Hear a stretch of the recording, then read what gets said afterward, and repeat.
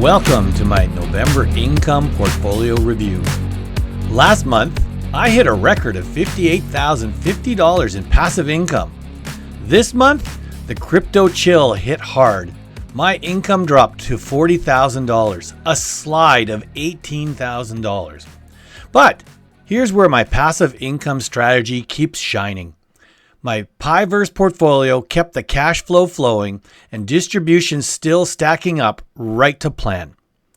In this review, I'll break down the numbers, share my November highlights, and lay out my future plans, showing you exactly why and how my passive income strategy rides through the market chills. So stick around and let's dive in. Hello everybody, my name's Perry. And welcome to the PIIverse. And welcome to yet another monthly review of my passive income portfolio. This is the November 2025 review. And it happens because the last market day of the month ended yesterday. So all my numbers are in, so that's why I can do this review. And as you can see, this is going to be called the Crypto Chill Month. So as you can see from the title, I was at $58K, which was an all-time high for monthly income for my portfolio in October. Well, that dropped dramatically. I knew November was going to be a bad month already.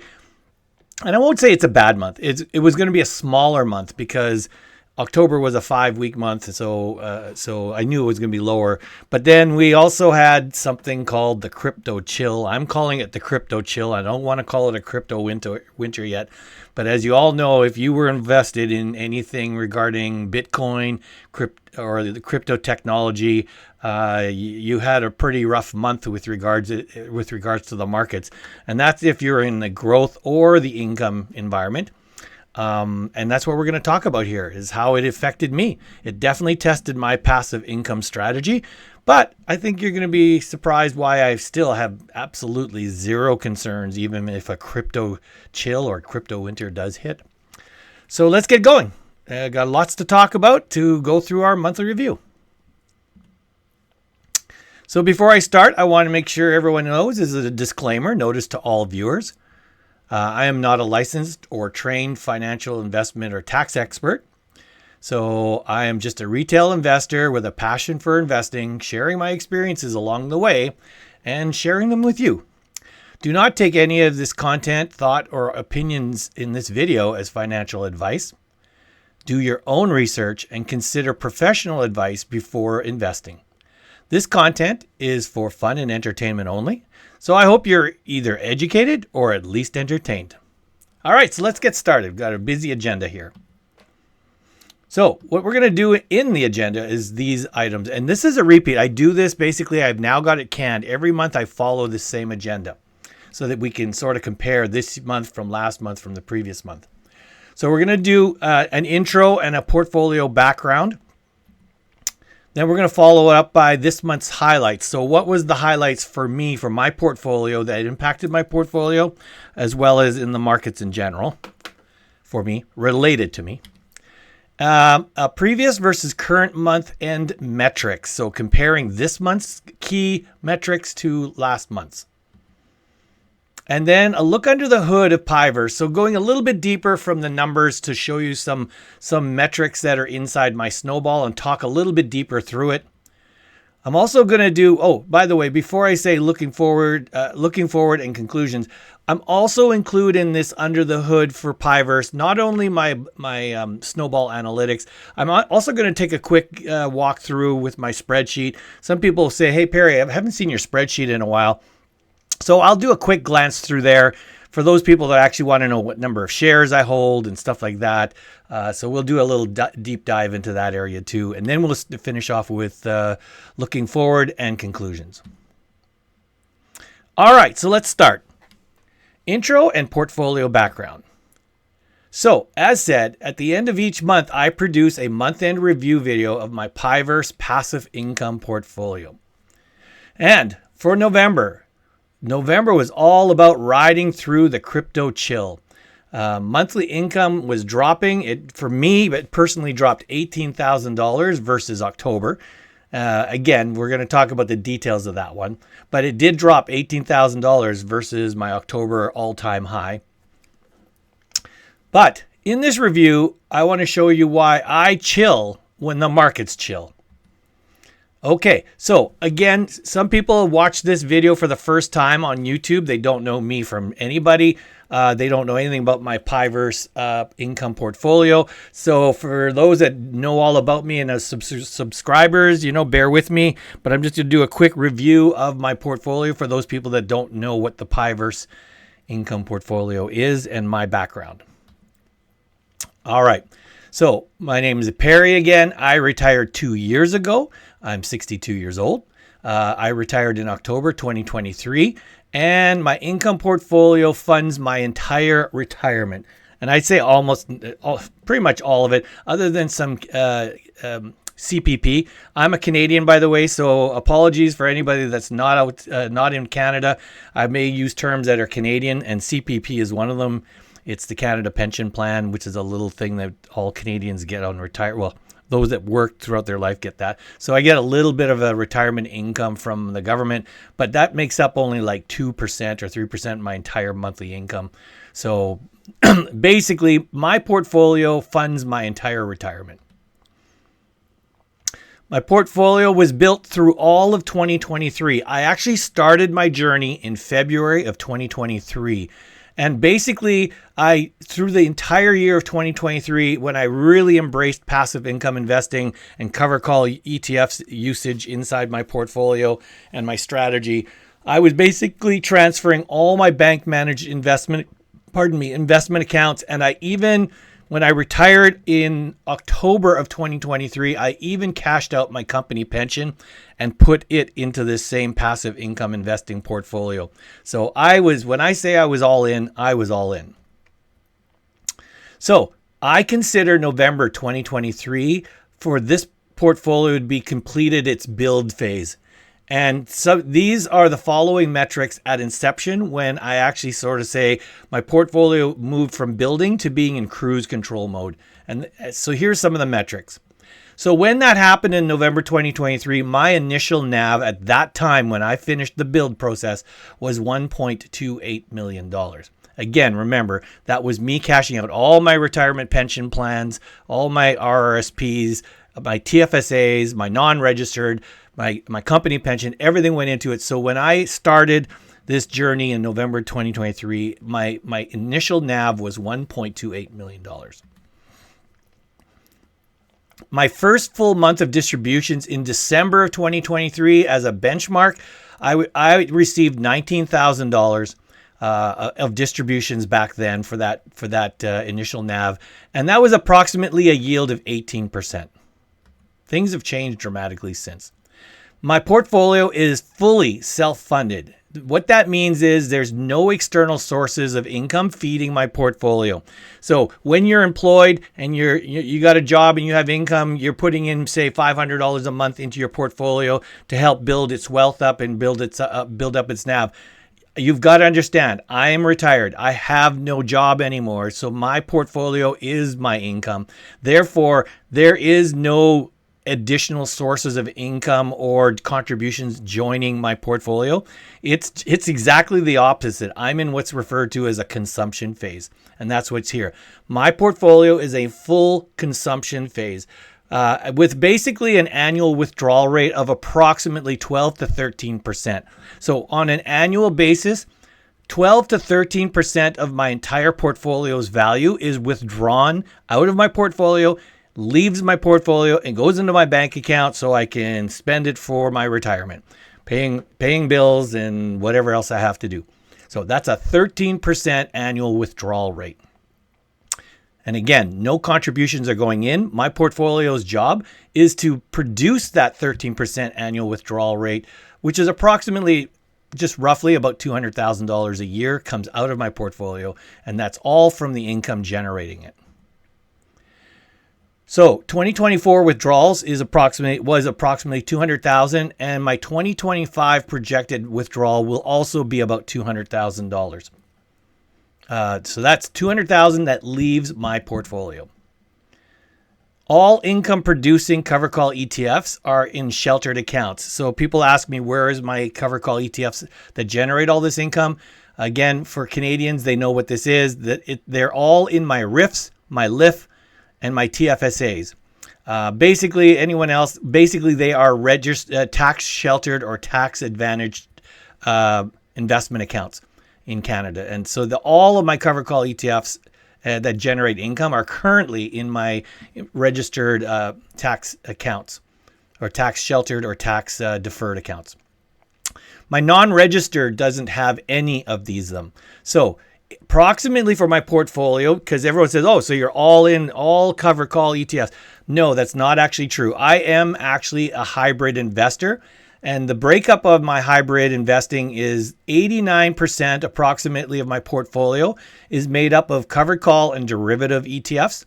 The remaining 11-ish, 12-ish% of my portfolio has pure growth, high torque, I'll say even high risk stocks in my non-registered. So my non-registered holds all my non-income stocks right now. And we'll talk about that later. So I am about a 90, I'll say 90-10 split between 90% of my portfolio is income generating and 10% of it is growth, capital gains, focus type investments. So let's go through the November month-end review now that everyone has a background of what my portfolio is all about. Okay, so that's pretty weird how it's saying it. So here we go. It's a little bit mixed up here. So my November monthly income dropped $18,000 from October when it was at $58,050 high. So why was that? Why did that happen? So first thing is, October was, first of all, a very rare 5-week month. So we can't really compare October's 58,000 to November's 40,000 because it was already going to be a high month only because it was a 5-week month. So that means I actually received an additional week of income in October. So if you really averaged that 58,000 over 5 weeks and took one of those weeks out, it was October would have been about a $46,000 month. And that is closer to what my average is anyways. So let's really use that. But basically I did go down from 58 to 40, but really I went from 46 to 40 if you actually averaged October of being a normal 4-week month. Also, the other thing that caused the drop from October's high was the crypto and tech chill that sped up. So there was a very strong, everyone felt it, everyone knows, go look at your own graphs for your indexes and stuff like that. But if you were in the crypto or technology stock environment or sectors, you would have noticed a major risk off feeling in the market. And you can actually see that happening. And of course, with my portfolio being an income growth type portfolio, where I actually hold what I refer to as a good percentage of yield juicers. And for those that don't know what a yield juicer is, I just did a video of it a few days ago. I will put it up high right here, so please keep a lookout for it. There's a video, and I'll actually show you the difference between what an income portfolio has that's called the base core, the yield base, and the income juicers. Income juicers are the ones that are really high yield, over 30%, single stock. A lot of them are 50, 70, 80% yielders. Well, a lot of those use crypto technology as underlying and technology as underlying. And because those are the ones that are affected by I call the crypto tech chill, obviously my distributions went down with that. All right. So that is the general reasons why my income dropped from 58,000 to 40,000. So reinvesting and rebalancing moves continued. So let's get to some other highlights of what happened in November. So what happened with regards to reinvesting and rebalancing? With the crypto chill nosediving, several of my yield base and yield juicers went down with it. But that was a perfect time to start reinvesting more, because with a lot of my yield juice and yield base cover call ETFs down dramatically over the past several weeks, buying in on them right now when they're underweighted is a perfect time to do it. So a lot of that, I did a lot of reinvesting of the good deals that were happening in November. A bad market is a time to buy deals that are underpriced or let's say underpriced good deals. So what did I reinvest in the month of November? I bought more COIW from Roundhill. I bought more HOOY from YieldMax. I bought blocks. I bought LFGY from YieldMax, and I bought RDDY from Harvest. So those were increases in my position from the reinvestment extra cash that was generated that didn't get withdrawn from my account for living expenses. I also did 2 rebalances. So one of the rebalances, I executed yet another Coney outflow or a reduction in my Coney position and took the cash from that and bought more COIW and BLOX in that rebalance. That rebalance closed my Coney position in one of my registered accounts called my LIF account. So right now my TFSAs in October lost their Coney positions. I closed them in October. And in this month, my LIF account closed its Coney position and moved them to COIW and BLOX. Another rebalance I did just yesterday on the last hour of trading for November. I just made a decision to do it. I closed my entire HHIC position and moved to a new utility sector that I never had. I didn't have utilities in my portfolio, and for diversification, I want more diversification as possible. So I didn't have specifically a utility sector coverage. So I bought a UTES, Utes. I believe it's from Evolve. So I closed those and HHIC and moved it to Utes. Why I closed HHIC is because I already had a pretty good position in Canny, which is Evolve's version of basically HHIC and CANY are like competitors to each other. I already had a pretty good position in Canny, and I decided I was going to move some over I decided I'd take the money from my HHIC and move it into a sector I didn't have. Another major thing that happened, Athabasca, my darling growth stock, which is not an income stock, it's a growth stock. It just continues to shine. It set new all-time highs, and so I did yet another swing trade. So after restoring my 25,000 shares when I bought 10,000 shares in October at 648, it continued to go up. In fact, about a week ago, it actually hit yet another new high and a milestone of $8.03. It did go down after that. But what I decided to do, as it was already over $1 from when I bought just a month earlier at 648, I sold 1,500 shares and at 740, and then I sold another 3,500 shares at 760. And I should have even waited because I could have actually sold all of those at $8.03, but you just never know with this stock. So I did another swing sell.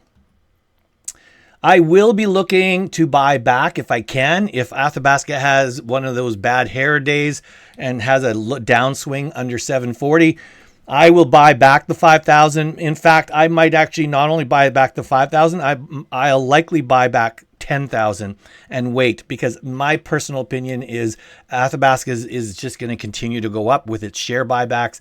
It'll eventually start hovering into the $8 range. So in my personal opinion, I want to have my position back. I'd like to get myself back to 25 or 30,000 shares. So that would be likely my plan. Also, I added my 2 other pure growth plays, 5,000 shares of HMR and 100,000 shares of a penny stock called PEI. And I'm just saying I'm doing it.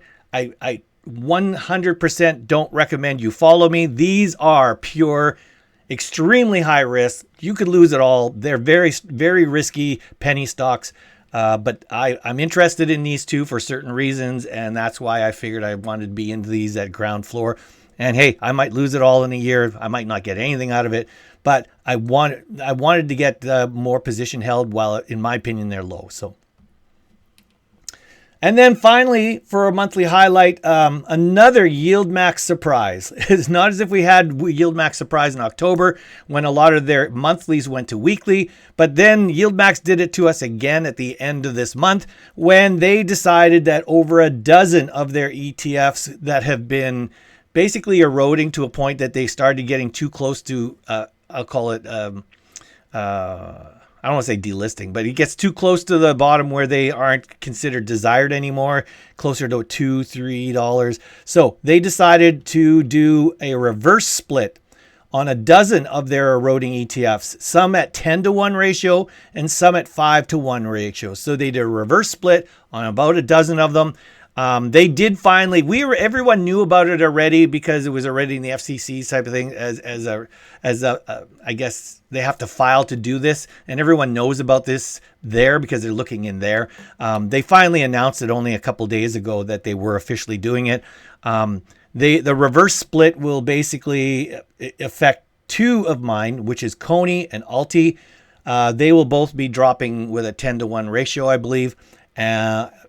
Correct me if I'm wrong. I believe they're both 10. Yeah, they're both 10-to-1 ratios. And I just read today that it's executed on December 1. So it sounds like it's going to happen on Monday. So if you have 10 of these shares, after Monday, you're only going to have one of these shares. Now, I want to point out, I'm not going to get into too much detail of what all about this reverse splits and why, I'm scared. What's it? Did I just lose a lot of money? I'm not going to talk about it in this video. I'm pointing back up here. This is a video I did about it just a week ago. I'm going to put the link up here for anyone to read it. Watch that video. It gives you all the questions and answers about reverse splits, about the yield max splits. What does it mean? So watch that if you have concerns about it, and we'll leave it at that. Okay, now we're going to talk about the pure metrics. These metrics I follow, I call them my key metrics. They're more the metrics that are most important when you're following a portfolio. And I do this from month to month. I compare last month to the current month. So here are the metrics for my portfolio for the end of November. So the book NAV. In October, my book NAV closed at 1.871 million. My current book NAV is at 1.898. So it went up $27,000. Basically, between the sells and the buys, what it means is I did a lot of reinvesting. I reinvested about $27,000 net. I don't think I did sell. That even includes me selling some of the Athabasca, but basically my NAV went up to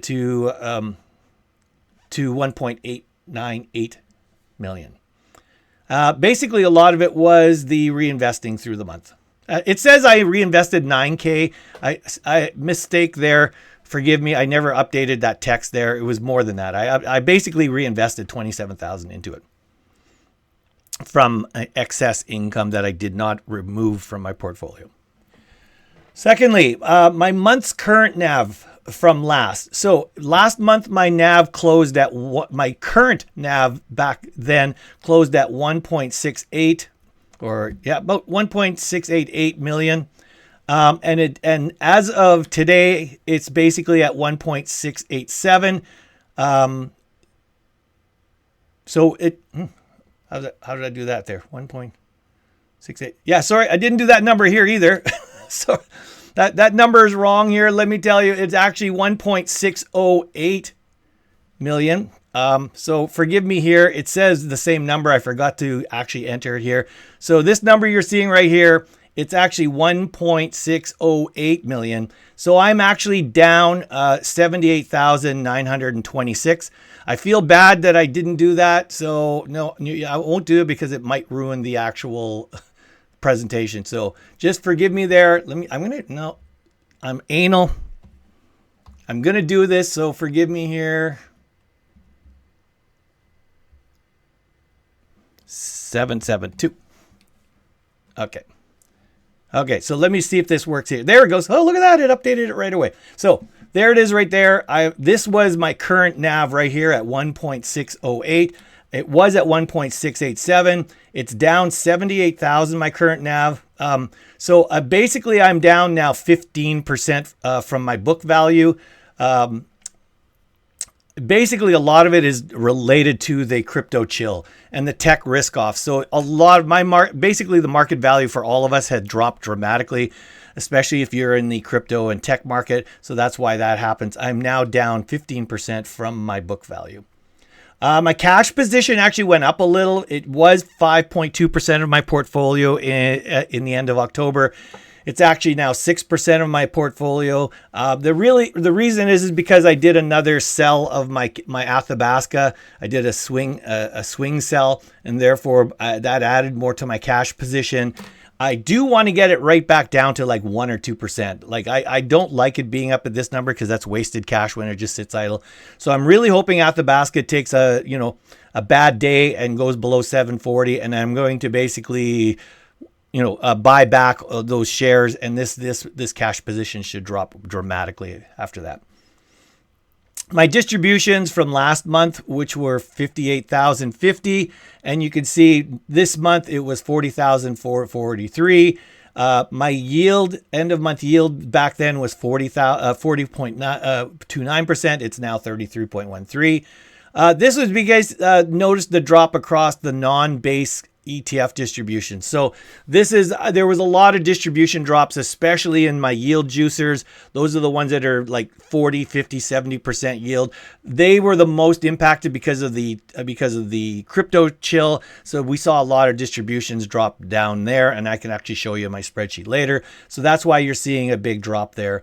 My base ETF distributions remain stable. So that was a good thing somebody brought up when I was doing a presentation about my gut feel about what happens if the markets go bad. How much do you expect your distributions to drop?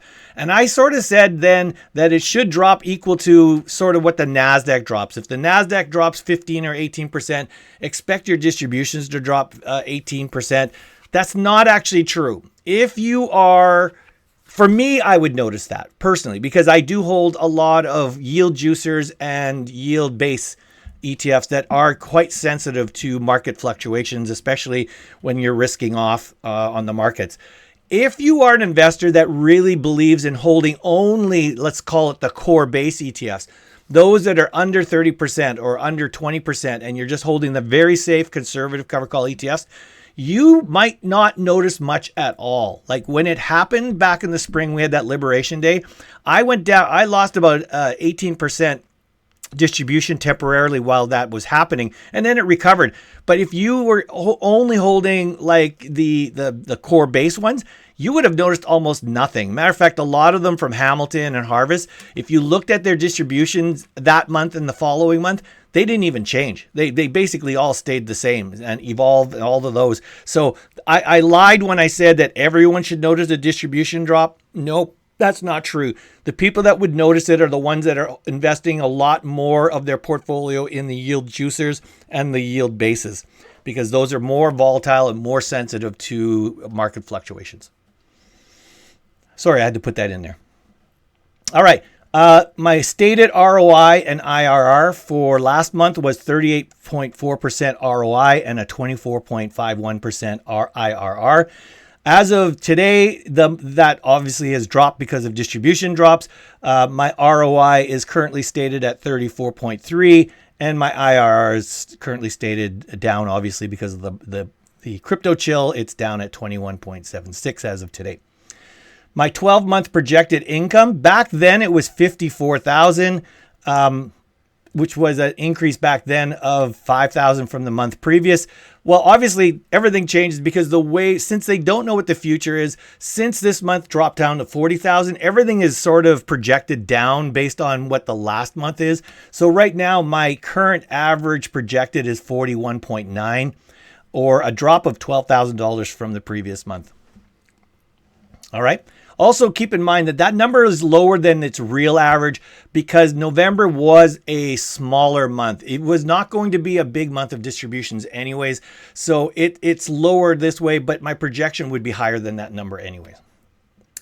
My portfolio holdings, just as a sort of summary, I still hold 38 stocks, 38 holdings, 3 of them being stocks and 35 of them being cover call ETFs. PLTE is still my number one rock star when it comes to ROI. It's still sitting at an ROI of 72%. Neat thing about that is I only bought PLTE in the spring, and it's got an ROI of 72%. It was much higher. Last month, as you can see, it was at 91%, but PLTE is being affected by the crypto chill and the tech chill. So it dropped from 91% ROI to 72.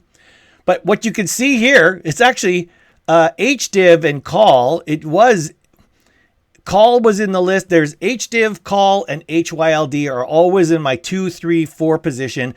Well, this time HYLD was just kicked off by a little bit, but my HDIV and my call are actually at 66%, higher than it was last month. So perfect example that my number 2 and number 3 ETF have actually increased in their ROI, even though we had the crypto chill and the tech chill.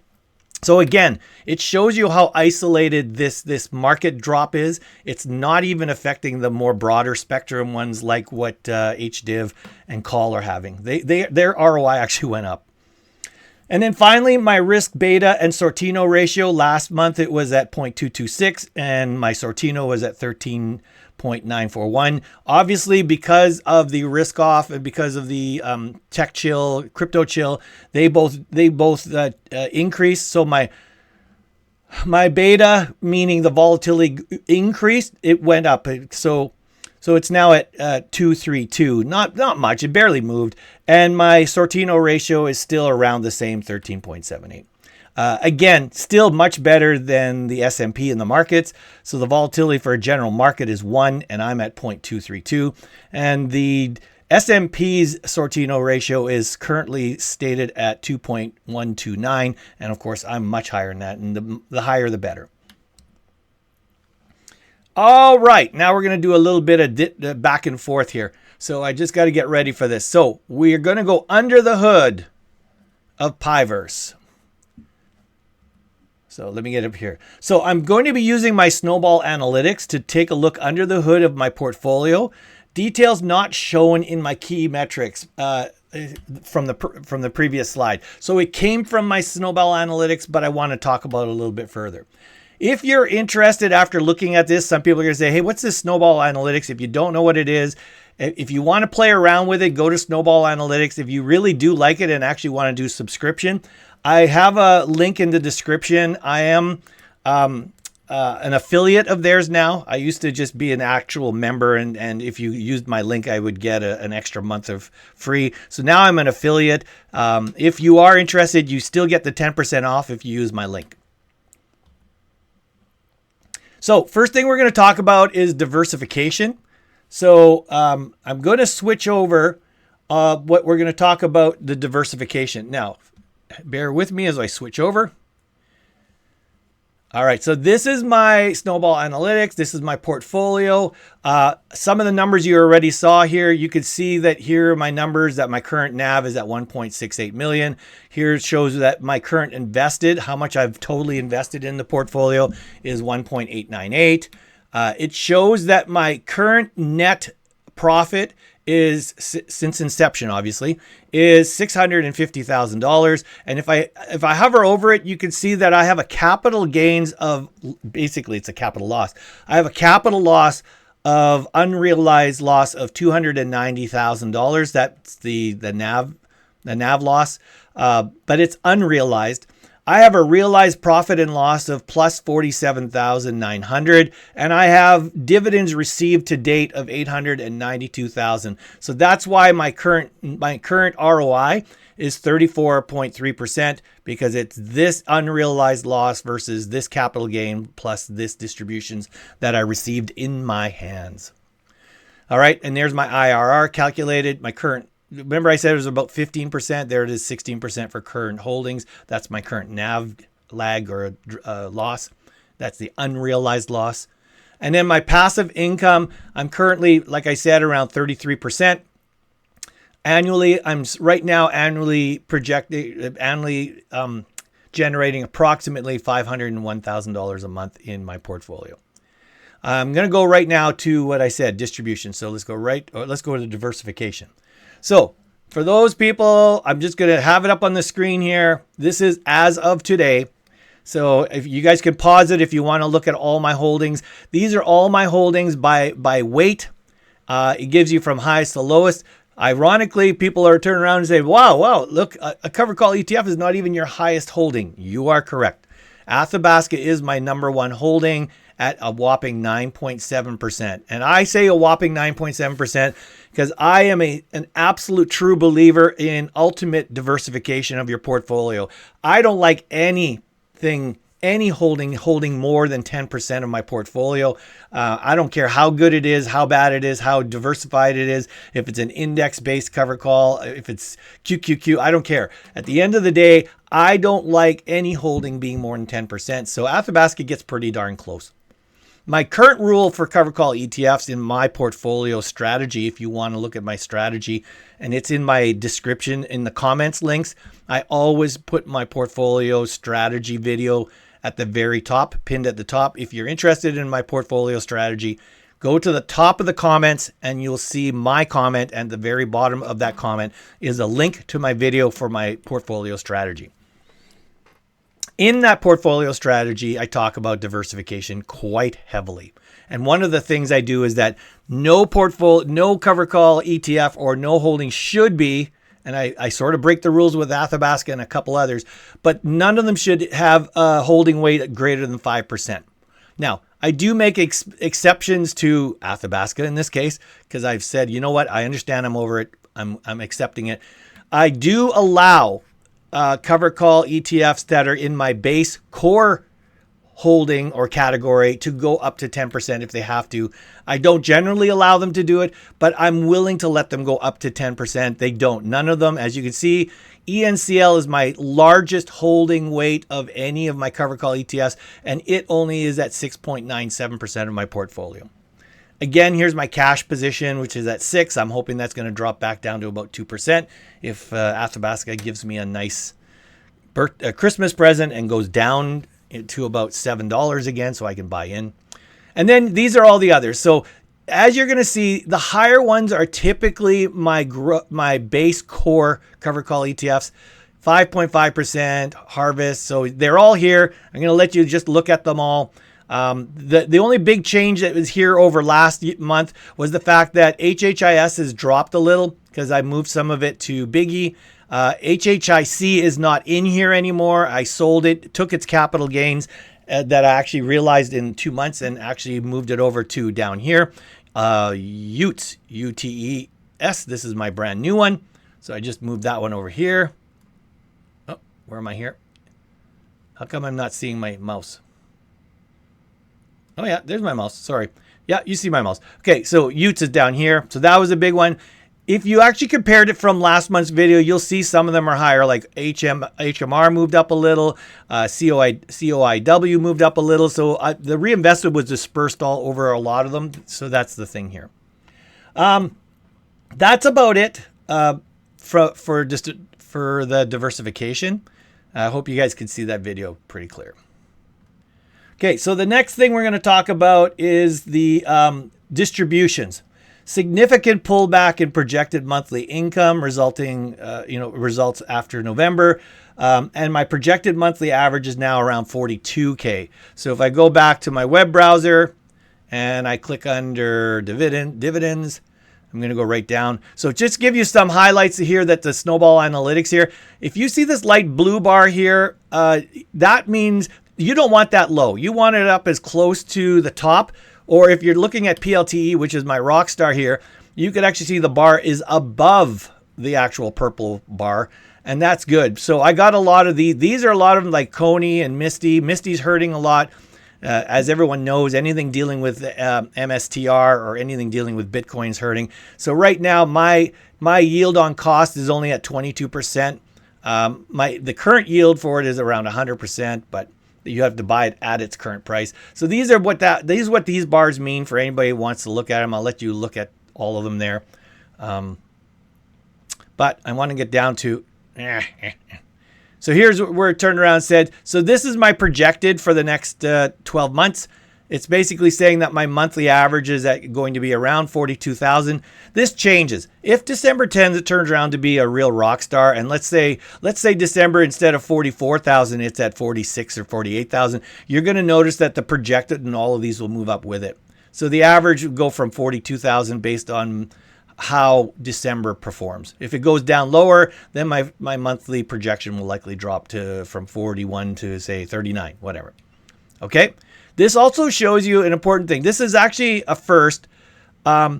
This is, I think I got to look at this. This is the first time November that in 2025's November did worse than 2024. 2023 doesn't count because it was still building.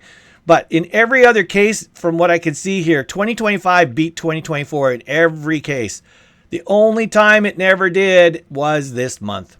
So this is the first time that my distributions in November was lower than my distributions in 2024. Now, last November 2024 was a rock star month, so that's why it actually did better than it should have. So it was a good month back then. So, all right. So that's about it for that. I don't know if there's anything else here. The good number you want to keep seeing, though, is this trend here. And I know this guy gets in the way all the time. But really, the important thing to know, and you can see in your distributions, because remember, my goal as an income investor is to continue to compound and increase my monthly income. I don't want it flat. I want to actually increase it, not only to cover off inflation, but I want to continue to make it grow more and more, so that when bad market days come, my buffer from what I'm getting to what I need to live off of gets bigger and bigger. And here's a good number you can see. Without, generally speaking, you can see what's been happening.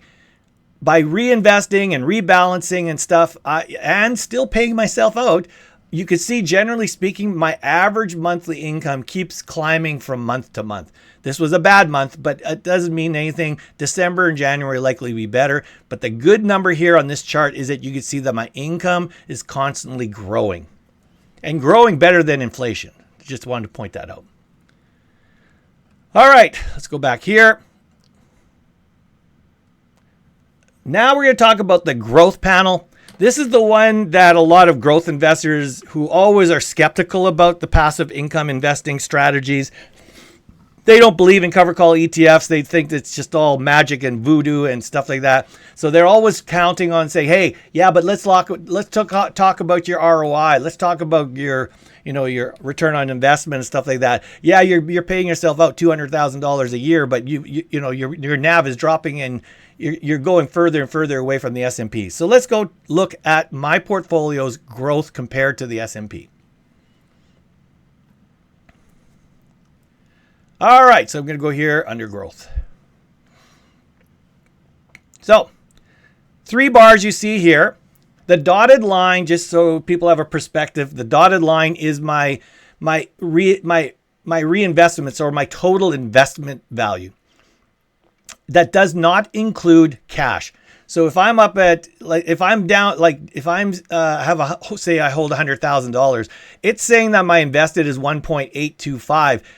If I included my cash, it would actually be 1.925. So this invested is only the investments and not the cash. And this chart here, when it does a comparison, it uses the total value of what's invested, not cash. It does not include cash. So that's why it actually uses this number here. If you look at the orange line, you're looking at what the S&P would do if it had that same amount of money available as the portfolio has. Again, not including cash. And generally, so I'm just going to click this for 1 year. It's been neck and neck. Like if I look at a 1 year project or history, TMM, the trailing TTM, trailing 12 months, you can see that basically it's neck and neck here. So the portfolio is at 1.507 and the S&P is at 1.507. And the total invested is 1.802. So that's basically what it's saying if you would have invested here for 1 year. If you do it over 5 years, the S&P has done better because 2024 was not as good a year for the my income side as it was for the growth side. There was a lot of growth happening in 2024 as well. So you can see right here that actually I was neck and neck with it up into here. This is about where basically my portfolio started paying me, and there was no more contributions, no more building of my portfolio. My portfolio from here on was where it ran on its own, self-funded, its own running operation. And you can see this is how the numbers have progressed. You can see the S&P generally has sort of gapped a little bit, but even in 2025, as far back as not only even just July of this year, my portfolio almost caught up to the S&P back in July. It's had some gaps. It's come back again just last month. It almost caught up again. But with my portfolio being very heavily invested in crypto and tech, and there's a tech off, the S&P doesn't have as much of that in. So you could see that the S&P actually re-gapped open more than my portfolio. And again, that's because of my heavier investment in the higher risk, risk-offing type stuff like crypto and tech. All right. But the part you got to really understand is here's the S&P and here's my portfolio. And they're generally, yeah, there's a gap. Yeah, okay, this one would have been better a little bit here. I would have had a little bit more money here versus there. The part people need to understand is the S&P, if I would have invested in the S&P, would have not paid me anything unless I actually had to start selling it off and eroding the shares of my S&P. This blue bar that you see here is my income portfolio, and it is doing this and keeping up with the S&P while it's paying out $200,000 a year out of its portfolio and into my pockets. So just keep that in mind. And keep that in mind also here when we're talking about comparing the S&P for portfolio performance. Again, if you compare it over 1 year, the S&P has been beating it. You can see right here, the S&P, you would have basically had a 42.4% gain. My portfolio, with all my reinvesting and everything I was doing, basically had a 36% gain. And somebody would turn around at very, very shallow and look at it and say, see, Perry, I told you, if you would have done the S&P, you would have been at 42%, and you would have made another, what, $120,000, I think, versus if you did your portfolio at 36. But the S&P would have paid me nothing over that period. I was at the same time getting a monthly income that I could live off of basically withdrawing about $200,000 a year. The S&P, if you would have actually put those same withdrawal numbers in the S&P, you would have saw that the S&P would have not been able to keep up at that kind of thing, because you would have been selling off the equities that were actually generating this growth.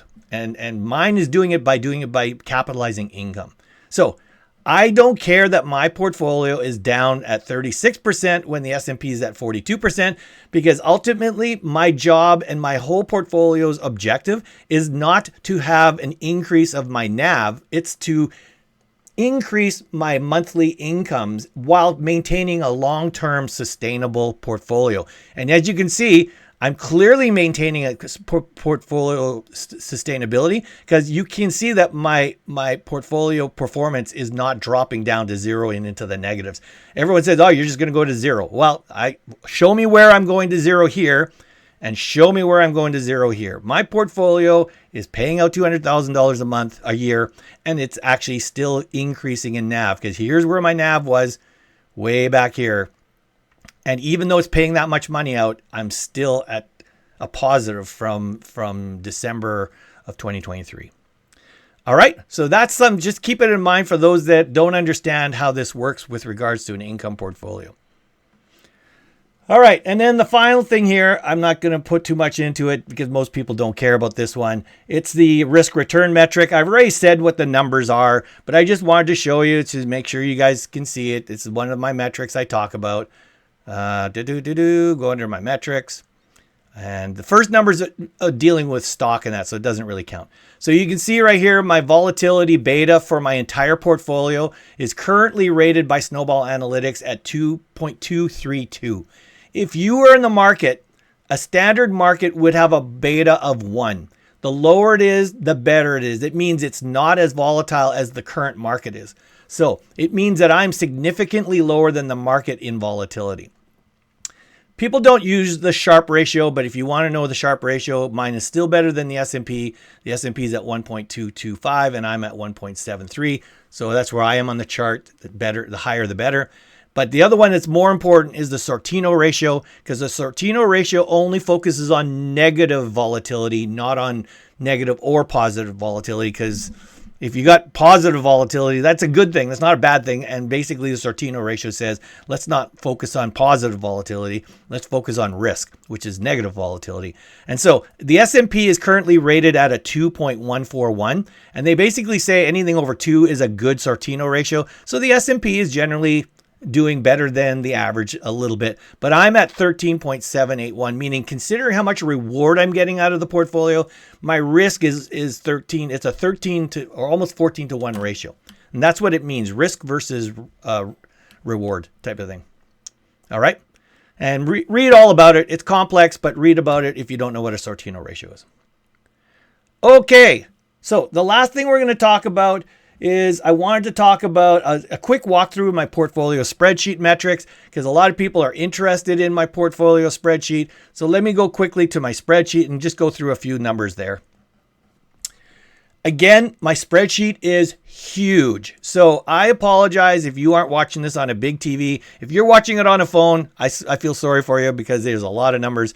Just to give you a perspective of how big my spreadsheet is, this is just one of 7 tabs, my portfolio tab. And this is my spreadsheet tracking all my ETFs, its income, its growth, its numbers, my weekly pays. So there's a lot of data in here that I use on my portfolio spreadsheet. I'm just going to focus on the ones that are important. If there's anything of interest to you, press the pause button on the video and you can just look at these metrics quickly yourself. I'm just going to talk through them. So as I said, I have 38 holdings. 3 of them are stocks. So here are my 3 stocks. And it shows you my share count on every one of them.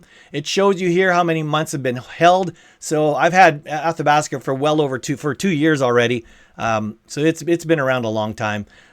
So these are all my months held. If it says 1, it's brand new. So RDDY right here for Reddit is, I've only had it just on going on 2 months now. Utes, I just bought it yesterday, so that's why it's a 2. You're going to see, for example, Coney. If you looked at this video from last month's video and I showed you this chart, Coney has gone down dramatically. I've started doing a rebalancing out of Coney. It's been a very tough decision to make because you got to understand why. My Coney has been what I call house money status since the spring, which means basically it has paid me back all my distributions, all my initial investment. And I had it around $92,000 of total initial investment. I'm already over almost $100,000 in money that's come in. So it owes me nothing. So for me to try to sell it off now, yes, I know it's eroded. And you can see here, I'm currently down 76% on Coney. Huge down. Almost all of it's gone. Like 3/4 of it's gone. But the big key part is, if I go over here to I talk about my income projections and my current income, it's still paying me every month $631. Now, it used to pay me a lot more, but I've sold half of my position out. But even with the 1,500 units of Coney that I have, and even though it's eroding and it's going to split 10 to 1 again, and I'm going to, instead of having 1,500 shares, on Monday it'll go down to 150 shares, I will still be making $631 again. Now, if it keeps eroding, it might be 610 and 590. But it's all money that's already been bought and paid for. It's 100% profit. So it really has been a challenge for me to decide, should I really sell it out? Should I just milk it to death, let it slowly keep trickling lower and lower? Who knows? I've decided that I'm going to sort of do 50-50. I'm going to sell some of it out, and I have already basically sold half of it out already, and we'll see where we go if I'm going to continue it. I might still hold the rest of it. So this is some of the things. If you want to know, okay, so here it talks about my cost, my current price. This is basically the 6-month trend of when you see a red dot, it means it's at its bottom. When you see a green dot, that means over the 6 months, that's where it's at its top. You can see, here's a big thing you can see right here. I want to show you right here. With the crypto chill, the way it is, look at how many of these are basically near, the red is right near the right side. It means until a couple days ago, they all hit bottom. So over the 6-month trend, they were all at their bottom of their 6-month trend. This is all because of the crypto chill. A lot of them on the crypto or tech chill. The oil one, not that one. He's been eroding ever since. So, but you can see I've got a lot that are near their bottoms, and it's all because of here's MSTE. It's at the very bottom. So there's a red dot there. But again, I don't worry about it because again, I'm not into this for NAV growth. I'm not into this to try to grow my NAV wealth. My job is to do the other thing, and I'm going to go over here. These are the numbers that mean a lot to me. How much money am I actually milking out of every one of these cover call ETFs? So when you see this number here, this is current and this is 6-month average. So if it's green, it means it's doing better than it was over the 6 months. If it's red, it's doing worse than the 6 months. But red or green, it's still, this is the money that's coming into my pocket every month from each one of these ETFs. And again, even if it goes from, say, for example, IWMY goes from 1,033 to 998, it's still 998. All right. So that's what it is. And when I reinvest, because I don't use all of the $40,000 this month that I actually generated, I only use maybe 10 or 12,000 of it. The rest of it is all reinvested. When I reinvest, every time you reinvest, you are compounding income. Because when I buy another 100 shares of RDDY or another 100 shares or 10 shares of COIW, whatever it is, they will now start generating additional income. So it's compounding income from the money it generated is now going to generate more. And that's why it's compounding income. And that's why reinvesting is so important. All right. So this is basically, if you want to see, I'm just let you guys can freeze the screen if you want. And this over here is showing you my holding weights. So this is showing you, this is what I've got as a target weight for every one of these. So for each one of these, I set up a target weight and then it says, well, where are you from the target weight? So for example, bank, my target weight's 5.5%. It's saying that I'm currently at 6.3%. When I do rebalancing, I could look at this one and say, wow, Perry, you're over by 1,200 units. If you want to rebalance, you could sell this one, 1,200 of this one to get you to 5.5, and then you could use that money and buy something else. So these are what I use for my rebalancing decision. If they're in blue, that means they're under their weight. So 2.5 and is at 2.4. It says you need another 35 shares in order to get it to target weight. All right. That's all I'm going to do with this one. This one's basically a video in its own right. So I just wanted to show you guys this one. And let's get back to the screen here. All right. So let's go to the final page. So looking forward, projecting that my December income will be slightly better than November. I said 8, but it's about, I think it's 6 that should have paid on Friday. They were actually, because of Thanksgiving, their payments are happening on Monday, which is December. So I'm going to get that income that should have been in November. It's actually going to be accrued as part of December. No planned major rebalancing, but I will continue to reduce my Coney position. The ones that it's in house money status I just talked about. I don't know. I'll decide if I want to do it. I'm in no rush to do it. I might actually sit for a while. But if there is a rebalancing, that's the one that I've been looking at as the one that might slowly move to a closed position. But we'll see. We'll see. And it's going to have a 10-to-1 reverse split. But again, that doesn't affect any decisions with regards to rebalancing. I'm going to be planning to reduce my reinvesting of distributions to withdrawal from my RIFs. So, and the reason I'm going to do that, I'm going to likely start taking more out of my RRSPs, my RIFs, and my LIFs. I can't do my LIF because it has a maximum, but out of my RIFs and start actually, I'll pay more taxes to do it, but that's my plan to do it. So I can get ready to top up for my TFSAs in January when I get the new headroom. So these I just mentioned here, for 2026, I have 2 major shifts planned. The first one is I'm going to be permanently increasing my annual withdrawal rate, which I told you was 13%. It's like 12 or 13%. I'm going to likely move it up to an annual 15% withdrawal rate. So that's going to basically generate more taxes. Of course, the more you take out, the more I get taxed when I remove it from my RIFs. It'll also reduce or lower my reinvestments because if I'm taking it out, I can't reinvest. And that's going to generally cause a flattening of the NAV. And again, I'm retired. So I'm not looking for my NAV to grow. And I know that just bakes the noodles of growth investors. Like, why would you say that? my perspective, I'm in consumption mode. I'm moving towards the end of my life, in 20 or 30 years. My job is I'm happy if I could just flatten the NAV. That would be good for the next 10 or 15 years to have a flat or a slightly declining NAV. If I could take more of that money out instead of reinvesting it, paying the taxes on it, and actually using the net proceeds from the taxed income coming out of it. So that's going to be one of the things I'm going to be planning on. I'm also planning to open up my first income position in my, I said not non-NAV. That's not the correct statement. In my non-registered account. So in my non-registered account, I'm going to fix it right now because I don't want people to say, hey, what are you talking about non-NAV? So apologies right here. Where am I? My non-reg account.